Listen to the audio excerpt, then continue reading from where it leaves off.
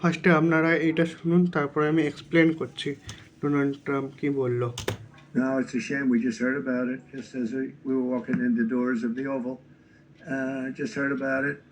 I guess people knew something was going to happen based on a little bit of the past. They've been fighting for a long time. You know, they've been fighting for many, many decades and centuries, actually, if you really think about it.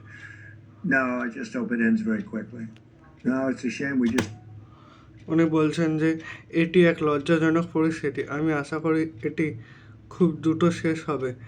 আমেরিকার সাবেক president Donald Trump এই মন্তব্য করেছিলেন 7 মে 2025 তারিখে, যখন ভারত ও পাকিস্তানের মধ্যে উত্তেজনা চরমে পৌঁছায়।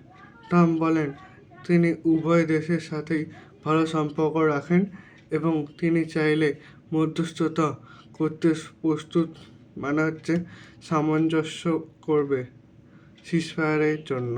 ঠিক আছে, ডোনাল্ড ট্রাম্প এই স্পিচটা দিয়েছিল।